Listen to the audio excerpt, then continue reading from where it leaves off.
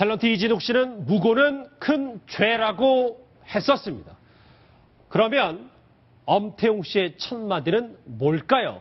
이 성폭행 혐의로 피소된 배우 엄태웅 씨가 오늘 오후 2시 좀 전에 1시 55분경에 분당경찰서에 출석했습니다. 과연 엄태웅 씨가 수많은 취재진 앞에서 어떤 말을 했을까요? 화면으로 만나보시죠.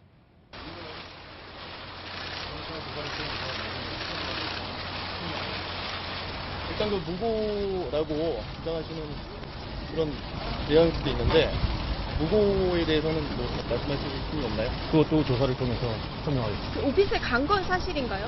그것도 조사를 통해서 소명하겠습니다. 강제성 경찰에서 한 부분만 말씀만 네, 한 번. 네.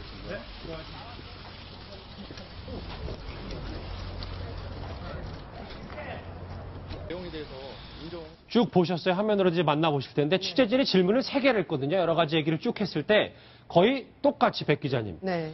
뭐 경찰 조사에서 자세히 설명했다. 이 얘기만 3가지 동시에 했어요. 왜냐하면 그냥 자신의 심정대로 다 얘기를 했다가는 또 다른 논란의 여지가 생길 수 있기 때문에 변호사가 적극적으로 자문을 했을 것이고요. 소속사 측에서도 더 이상 어떤 말도 많이 하지 말아라라고 조언을 했을 겁니다. 그렇기 예. 때문에 모든 혐의와 관련해서는 경찰 조사에서 다 밝히겠다. 성실히 조사에 임하겠다. 이런 취지의 이야기만 하지 않았나 싶습니다. 취재진이 뭘 물어봤냐면 무고에 대해서 뭐 그리고 정말 오피스텔에는 간 거냐라고 했더니 뭐 그것도 조사를 통해 소망했다. 지금 이용혁 교수님 범죄 심리를 전공하셨으니까 엄태웅 씨 표정으로 봤을 때는 뭐가 읽히는지요?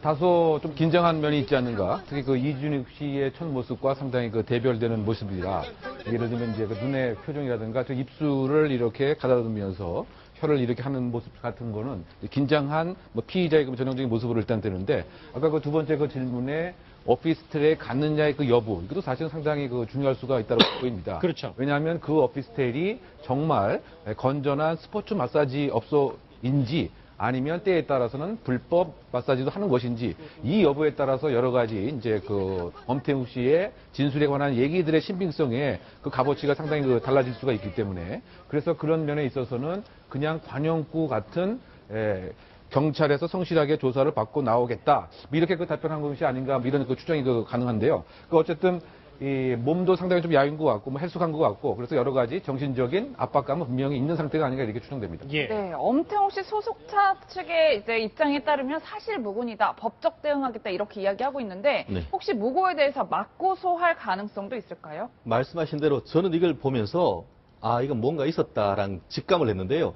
뭐라고 얘기했냐면 단순히 무고에 대해서 고소를 한다는 것이 아니고 더불어서 공갈 협박에 대해서도 법적 대응을 검토하겠다 이렇게 밝혔습니다. 예. 아시다시피 고소에 대해서 그것이 잘못됐다고 하는 것에 대해서는 이른바 무거운 것이죠. 그런데 거기에 덧붙여서 공갈 협박에 대해서도 법적 대응을 하겠다라는 것은 이미 이와 같은 고소가 있기 전에 소속사 내지는 엄태웅 씨 측에 대해서 어떠한 요청을 했을 가능성이 상당히 있다는 것을 시사하는 것이 바로 공갈 협박에 대한 대응을 하겠다라고 되는데요. 예, 그렇기 때문에 지금 많이들 추측하는 것과 같이 이 고소 여성 같은 경우에는 이미 사기죄로 해서 지금 실형을 받고 있는 상태였고 그렇기 때문에 본인이 그 상황을 벗어나기 위해서는 뭔가 경제적인 돈이 있어야 되는 그런 상황에서 우리가 모르는 적어도 지금 행간에 읽히지 않은 뭔가는 있어 보이는데 결국 중요한 것은 지금 같은 경우에는 성폭행으로 지금 고소를 했기 때문에 그 부분이 일단 우선이고 좀 전에 지금 이웅혁 교수님도 얘기를 했듯이 사실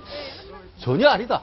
당당하게 할 줄 알았는데 그것보다는 상당히 긴장하고 있는 모습을 보면서 설령 이 부분에 대해서 무혐의가 있다 하더라도 도덕적 비난을 벗어날 수 있을지 그 부분이 오히려 앞으로의 어떤 우리가 봐야 될 관전 포인트가 아닐까 생각을 합니다. 다시 한번 정리해 볼게요. 한 30분 전입니다. 1시 55분에 성폭행 혐의로 피소를 당한 배우 엄태웅 씨가 경기도 분당경찰서에 출석해서 취재진의 질문, 한 3가지 질문을 받았는데 모두 저렇게 속보 자막으로 확인하시는 것처럼 경찰 조사를 통해 성실하게 밝히겠다라는 말, 한 1분여 남짓 정도의 질문만 받고 바로 분당경찰서 안으로 들어갔어요.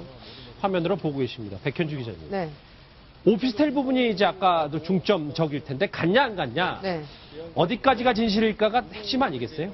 성폭행이라는 어마어마한 혐의를 지금 받으면서 고소가 된 거 아니겠습니까? 그러면은 일단 연예인 같은 경우에는 지금 언론에서 계속 보도가 나는 거에 대해서 확산을 막기 위해서라도 적극적인 언론 대응을 같이 겸해서 해야 합니다. 마사지 업소 난 안 갔다 뭐 이런 식으로. 예, 안 갔고 만약에 다른 곳에 있었다라고 한다면 거기에 대한 알리바이를 굳이 밝혀야 될 의무는 없다 하더라도 언론에서 확산이 되면은 일단 이미지적인 추락을 막을 수가 없는 거거든요. 그러니까 일단 그걸 막기 위해서라도 적극적으로 대처를 했으면 좋겠는데 무슨 연유에서인지 하여튼 소속사나 엄태욱 씨나 좀 적극적으로 대처를 안 하고 있고 마사지 업소를 갔냐 안 갔냐 부분에 대해서도 아까 취재 기자들이 현장에서 마이크를 들고 물어봤지 않습니까? 예. 거기에 대해서도 저는 가지 않았습니다. 뭐 예를 들어서 경찰 조사에 성실하게 임해서 모든 혐의에 대해서 진실을 밝히겠습니다. 라고 했더라면 좀 더 해소가 됐을 것인데 거기에 대해서도 처음부터 끝까지 세 번째 질문 모두 다 똑같은 답변으로 일축을 했기 때문에 일단 좀 경찰 조사에서 어떻게 나올지 뭔가 반전이 있으면 어떡하나 하는 우려가 되기도 합니다. 예. 어쨌든 경찰이 이 고소 여성에 대해서도 조사를 어느 정도 진행한 걸로 밝혀졌는데 아무런 증거를 제출하지 않았다 이런 이야기도 있어요. 그렇습니다. 벌써 뭐 6개월이 넘었는데 무슨 물적 증거가 있을지 굉장히 의심스러운데요. 특히 아시다시피 지난번에 있었던 박유천 씨 케이스 같은 경우에도 뭐 속옷을 바로 해서 박유천 씨 DNA가 나왔고, 그리고 이후에 이진욱 씨 케이스 같은 경우에도 뭐 해바라기 센터 가고 각종 뭐 멍이 있었고, 그럼에도 불구하고 결국은 무혐의가 나왔습니다. 실질적으로 최근에 검찰청에서 있는 보도 자료를 보면은 성범죄에 대해서 고소했는 사건 중에 재판에 넘겨진 사건은 2건 중에 1건에 불과하다, 이런 통계가 있을 정도로 예. 사안에 대해서 이 사건도 과연 물적 증거가 있어야 되는데 적어도 지금까지 나온 바에 따르면은 입증할 물적 증거가 없고, 더불어서 과연 고소있는 사람의 신빙성이 있느냐, 그 문제가 있는데 지금 물론 뭐 경제적인 문제와 관련해서 사기죄를 범했다는 것이 이와 같은 성범죄 고소의 신빙성까지 100% 연결되는 건 아닙니다만 앞에 어떤 다른 사건으로 인한 진술의 신빙성이 상당 부분 약한 부분이 있기 때문에 앞으로 적어도 성범죄에 관한 고소 사건에서 입증은 현실적으로 상당히 어려운 그런 상황이 아닌가 추측할 수 있을 것 같습니다. 자, 이제 지금 엄태웅 씨가 출석한 모습과 함께 지금 현장 그리고 지금 실체에 대해서 저희가 세 분 전문가와 함께 얘기를 나눠봤는데 지금 좀 외적인 얘기도 상당히 궁금한 게 많아서요. 백현주 기자님. 네. 엄태웅 씨의 부인인 윤혜진 씨가 이제 둘째를 임신했다는 소식이 있었는데 네. 그것 때문에 걱정하신 분들, 이 사건과 관계없이 일단 걱정하시는 분들은 참 많았어요. 이 부인의 건강 상태는 어떻습니까? 지금 알려진 바가 거의 없습니다. 일단 둘째를 임신해서 아주 가까운 지인들에게 임신 소식을 알리며 축하를 받던 와중에 성폭행 혐의로 피소가 됐다는 것이 보도가 돼서 모든 가족이 충격을 받았다까지가 소속사를 통해서 나온 공식적인 입장이고요. 예. 일단 그런 상황인 거에 대해서 공식 입장이 나온 뒤로는 언론도 모두가 다 일제히 약속이라도 한 듯이 보도를 자제했었습니다. 근데 오늘은 어쩔 수 없이 경찰서에 처음으로 모습을 드러내고 경찰 조사를 받는 날이기 때문에 저희가 좀 보도를 심층적으로 할 수밖에 없는 그런 상황이죠. 그런데 이제 엄태웅 씨는 저기 이제 취재인 포토라인에 써서 얘기를 했지만 아직 35살 정도로 알려진 고소인 여성 A씨에 대해서는 저희가 파악된 게 별로 없는데 그래도 사기 사건에 연루된 것까지는 우리가 알고 있잖아요, 최 변호사님. 그렇습니다. 2011년부터 13년까지 경기도와 충청도 일원에 있는 유흥업소에 한 500만 원, 600만 원 정도 되는 7개 업소에서 이른바 선불금 사기를 해서 여러 군데서 추적 중에 얼마 전에 잡혀서 재판을 받았고 그 결과 지난 8월 초에는 징역 8월에 실형을 받은 것이죠. 그렇기 때문에 지금 고소를 하고 있지만 사기까지 했는 사람의 고소의 진실성이 얼마나 많은가, 그런 것에 있는데 본인으로서는 굉장히 절박한 마음에 법정 구속되니까 12일 날 구속되니까 8월 15일 우리 보면은 8월 15일 광복절 공휴일인데 그렇죠. 그날 고소를 했는 걸 보면은 본인으로서는 굉장히 경제적으로 심리적으로 공공한 상태에서 어떻게든 돌파구를 발현하기 위해서 고소를 했는가 아닌가 하는 것에 어떤 나름대로 추측을 해볼 수 있을 것 같습니다. 여러분들도 뭐 쭉 아시겠지만 지난주 저희 뉴스특급에서 이 고소 여성에게 사기를 당한 피해자를 단독으로 취재했었는데요. 이 당시 피해자의 목소리 같이 한번 들어보시죠. 분당에 스포츠 마사지에 있다는 소식이 들었는데 배를 타고 내가 한정대 가지고 어떻게 가냐고. 그게 한 5월달인가? 휴서를 냈대? 맞다고 하는데 그래서 내가 괘씸하잖아요. 만나서 얘기를 하자. 그랬더니 지금 그런 형편이 아니래요. 지금 형편이 힘드니까 해본다고 하길래 네. 고래를 갚아라 그랬죠. 그래서 제가 생각을 해보고 전화를 연락을 준대요. 연락이 없었어요. 아니 얘가 네. 신빙성이 없는 애예요. 신빙성이 없어요. 네, 피해자의 말에 따르면 신빙성이 없는 사람이다. 그리고 자녀도 있었다. 뭐 이런 이야기를 하더라고요. 네, 이 피해자의 주장에 따르면은 피해액이 자신 한 1,000만 원 이상 된다라고 하고 있죠. 근데 집에 갔더니 뭐 어머니도 있었고 딸도 있었다라고 하는데 예. 이 딸 부분에 대해서 주목을 해야 되는 이유가 물론 싱글맘일 가능성도 있죠. 이혼녀 혹은 미혼모일 수도 있잖아요. 비혼모일 수도 있잖아요. 근데 사실상 만에 하나라도 이 여성분이 남편이 있는 그런 가정주부 겸 이제 뭐 업소를 다녔던 분이었다라고 한다면 만약에 가정을 했을 때 엄태웅 씨가 어떤 관계적인 부분에서 있었다라는 조금이라도 혐의가 나온다라고 한다면 이건 굉장히 좀 도덕적인 비난을 받을 수 있는 대목이기 때문에 매우 조심스럽긴 합니다. 예, 최 변호사님. 만약입니다. 사기죄에다가 이 엄태웅 씨 관련 성폭행 혐의 관련해서 무고죄까지 더해진다면 이 여성의 죄는 엄중해지는 거 아니에요? 기본적으로 이제 그 무고죄 같은 경우에는 10년 이하의 징역 또는 1,500만 원 이하의 벌금인데요. 현실적으로 이제 벌금형이 안 나온다고 하면은 실제로 보면 한 징역 실형 한 6개월 정도가 나오는데 사실 만약에 지금 말씀하신 대로 이게 무고였다라고 한다고 하면은 사실 이것이 빨리 어떤 재판에 넘겨진다고 하면은 지금 있는 사기 사건과 병합해서 하나의 사건으로 판단을 받으면은 이 그 여성한테는 좋겠지만 이게 벌써 1심까지 선고를 했고 항소심도 다른 기회가 없다면 금방 끝날 거기 때문에 이 사기 사건과 별도로 형사 사건 무고로 처벌을 하게 된다면은 나중에 실형을 살 때 상당 부분 훨씬 더 긴 생활을 해야 될 가능성이 있습니다. 그렇군요. 사실 근데 어떻게 결론이 나든 엄태웅 씨는 영화 배우고 이미지로 생활을 하시는 분이기 때문에 그 후폭풍은 만만치 않을 것 같아요. 일단 저희는 후폭풍이라고 보고 있으나 그 뮤지컬 제작사 측에서는 아니다, 확정은 아니었다라고 하고 있는 작품이 하나 있는데요. 신성우 씨하고 송창희 씨하고 같이 뮤지컬 출연을 확정을 지었다더라라는 소문이 있었습니다. 예. 근데 거기에 대해서 그 제작사 측에서는 논의를 하고 제안을 했던 단계지 확정은 아니었다라고 하지만 뭐 오비일학인 건지 아무튼 이번에 성폭행 혐의와 관련해서 피소가 된 이 소식을 듣고 나서 제작사 측하고 뭔가 합의하에 하차하기로 한 것이 아니겠느냐라는 관측들이 좀 많이 나오고 있긴 합니다. 알겠습니다. 엄태웅 씨 관련 속보 내일에도 한번 짚어봐야 될 문제인 것 같습니다. 경찰 조사를 받고 어떤 얘기를 할지도 주목해 보죠.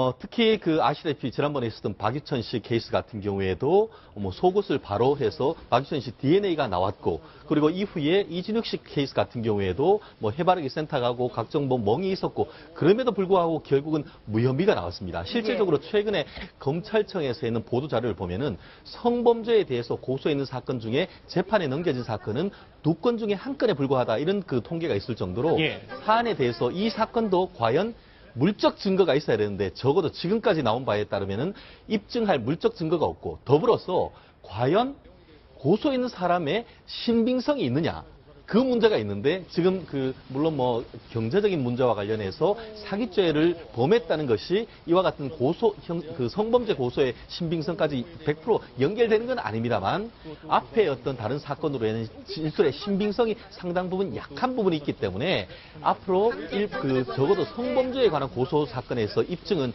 현실적으로 상당히 어려운 그런 상황이 아닌가 추측할 수 있을 것입니다. 자, 이제 지금 엄태웅 씨가 출석한 모습과 함께 지금 현장 그리고 지금 실체에 대해서 저희가 세 분 전문가와 함께 얘기를 나눠봤는데 지금 좀 외적인 얘기도 상당히 궁금한 게 많아서요. 백현주 기자님. 네.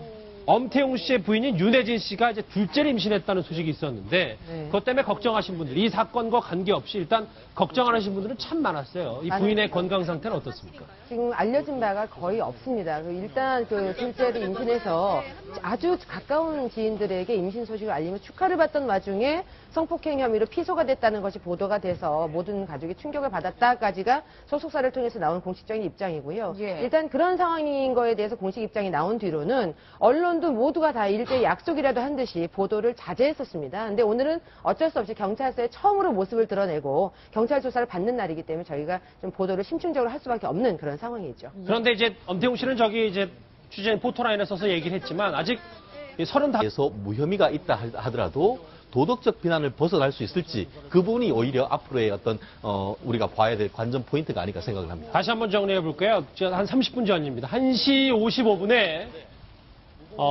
성폭행 혐의로 피소를 당한 배우 엄태웅 씨가 경기도 분당경찰서에 출석해서 취재진의 질문, 한 3가지 질문을 받았는데 모두 저렇게 속보 자막으로 확인하시는 것처럼 경찰 조사를 통해 성실하게 밝히겠다라는 말, 한 1분여 남짓 정도의 질문만 받고 바로 분당경찰서 안으로 들어갔어요. 화면으로 보고 계십니다. 백현주 기자님. 네. 오피스텔 부분이 이제 아까도 중점적일 텐데 갔냐 안 갔냐 네.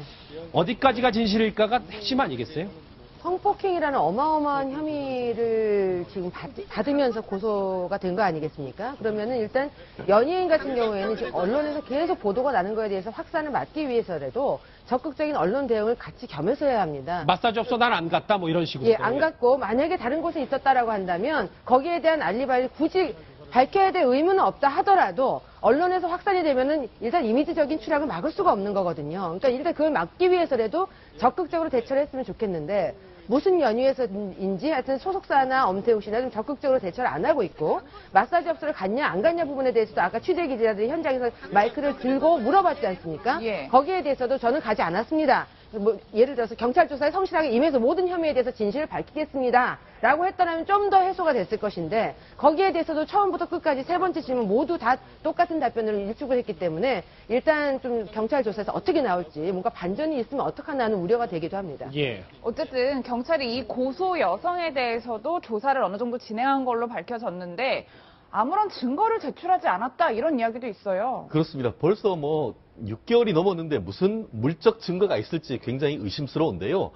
오피스텔에 갔느냐의 그 여부, 이것도 사실은 상당히 그 중요할 수가 있다고 보입니다. 그렇죠. 왜냐하면 그 오피스텔이 정말 건전한 스포츠 마사지 업소인지 아니면 때에 따라서는 불법 마사지도 하는 것인지 이 여부에 따라서 여러 가지 이제 그 엄태웅 씨의 진술에 관한 얘기들의 신빙성에 그 값어치가 상당히 그 달라질 수가 있기 때문에 그래서 그런 면에 있어서는 그냥 관용구 같은 경찰에서 성실하게 조사를 받고 나오겠다. 이렇게 그 답변한 것이 아닌가 뭐 이런 그 추정이 그 가능한데요. 그 어쨌든 이 몸도 상당히 좀 야윈 것 같고 뭐 헬쑥한 것 같고 그래서 여러 가지 정신적인 압박감은 분명히 있는 상태가 아닌가 이렇게 추정됩니다. 예. 네, 엄태웅 씨 소속차 측의 이제 입장에 따르면 사실 무근이다, 법적 대응하겠다 이렇게 이야기하고 있는데 네. 혹시 무고에 대해서 맞고소할 가능성도 있을까요? 말씀하신 대로 저는 이걸 보면서 아, 이건 뭔가 있었다라는 직감을 했는데요.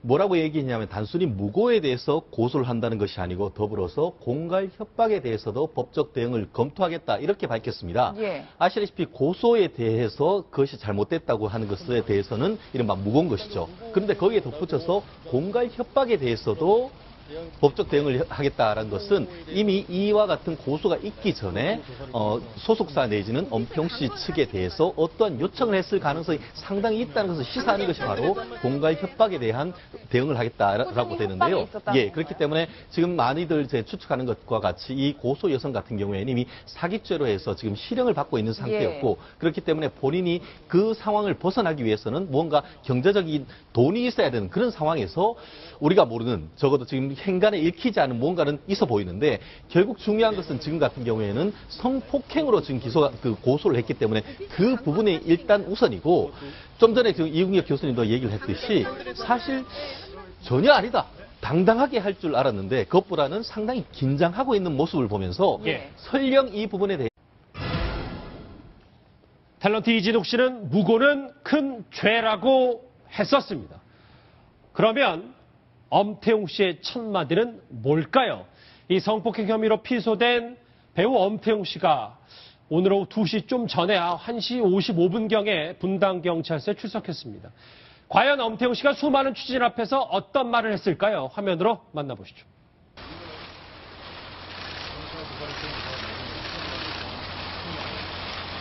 일단 그 무고라고 주장하시는 그런 내용일 수도 있는데 무고에 대해서는 뭐 말씀하실 수 없나요? 그것도 조사를 통해서 설명하겠습니다. 그 오피스에 간 건 사실인가요? 그것도 조사를 통해서 설명하겠습니다. 강제성 팬들에서 한 부분은 말씀만 네, 한 말. 네.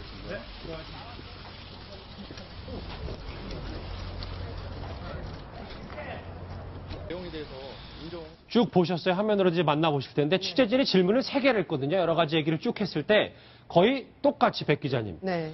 뭐 경찰 조사에서 자세히 설명했다. 이 얘기만 3가지 동시에 했어요. 왜냐하면 그냥 자신의 심정대로 다 얘기를 했다가는 또 다른 논란의 여지가 생길 수 있기 때문에 변호사가 적극적으로 자문을 했을 것이고요. 소속사 측에서도 더 이상 어떤 말도 많이 하지 말아라라고 조언을 했을 겁니다. 그렇기 예. 때문에 모든 혐의와 관련해서는 경찰 조사에서 다 밝히겠다. 성실히 조사에 임하겠다. 이런 취지의 이야기만 하지 않았나 싶습니다. 취재진이 뭘 물어봤냐면 무고에 대해서 그리고 정말 오피스텔에는 간 거냐라고 했더니 그것도 조사를 통해 소망했다. 지금 이용혁 교수님 범죄 심리를 전공하셨으니까 엄태웅 씨 표정으로 봤을 때는 뭐가 읽히는지요? 다소 좀 긴장한 면이 있지 않는가. 특히 그 이준익 씨의 첫 모습과 상당히 그 대별되는 모습이라. 예를 들면 이제 그 눈의 표정이라든가 저 입술을 이렇게 가다듬으면서 혀를 이렇게 하는 모습 같은 거는 긴장한 뭐 피의자의 그 전형적인 모습으로 일단 되는데 아까 그 두 번째 그 질문에 오피스 5살 정도로 알려진 고소인 여성 A씨에 대해서는 저희가 파악된 게 별로 없는데 그래도 사기 사건에 연루된 것까지는 우리가 알고 있잖아요, 최 변호사님. 그렇습니다. 2011년부터 13년까지 경기도와 충청도 일원에 있는 유흥업소에 한 뭐 500만 원, 600만 원 정도 되는 7개 업소에서 이른바 선불금 사기를 해서 여러 군데서 그 추적 중에 얼마 전에 잡혀서 재판을 받았고 그 결과 지난 8월 초에는 징역 8월에 실형을 받은 것이죠. 그렇기 때문에 지금 고소를 하고 있지만 저 그 사기까지 했는 사람의 고소의 진실성이 얼마나 많은가 그런 것에 있는데 본인으로서는 굉장히 절박한 마음에 법정 구속되니까 12일 날 구속되니까 8월 15일 우리 보면은 그 8월 15일 광복절 공휴일인데 그렇죠. 그날 고소를 했는 걸 보면은 본인으로서는 굉장히 경제적으로 심리적으로 공공한 상태에서 어떻게든 돌파구를 발현하기 위해서 고소를 했는가 아닌가 하는 것에 어떤 나름대로 추측을 해볼 수 있을 것 같습니다. 여러분들도 뭐 쭉 아시겠지만 지난주 저희 뉴스특급에서 이 고소 여성에게 사기를 당한 피해자를 단독으로 취재했었는데요. 이 당시 피해자의 목소리 같이 한번 들어보시죠. 분당에 스포츠 마사지에 있다는 소식이 들었는데 배를 타고 내가 뭐 한용대장에 어떻게 가냐고. 그게 한 5월달인가? 휴서가 그랬대? 맞다 하는데 그래서 내가 괘씸하잖아요. 만나서 얘기를 하자. 그랬더니 뭐 지금 그런 형편이 아니래요. 지금 형편이 힘드니까 생각을 해본다고 하길래 고래를 갚아라 그랬죠. 그래서 제가 생각을 해보고 연락을 준대요. 연락이 없었어요. 아니 얘가 신상이 그렇게 없는 애예요. 신빙성이 없어요. 네, 피해자의 말에 따르면 신빙성이 없는 사람이다. 그리고 자녀도 있었다. 뭐 이런 이야기를 하더라고요. 네, 이 피해자의 주장에 따르면은 피해액이 자신 한 1,000만 원 이상 된다라고 하고 있죠. 근데 집에 갔더니 뭐 어머니도 있었고 딸도 있었다라고 하는데 예. 이 딸 부분에 대해서 주목을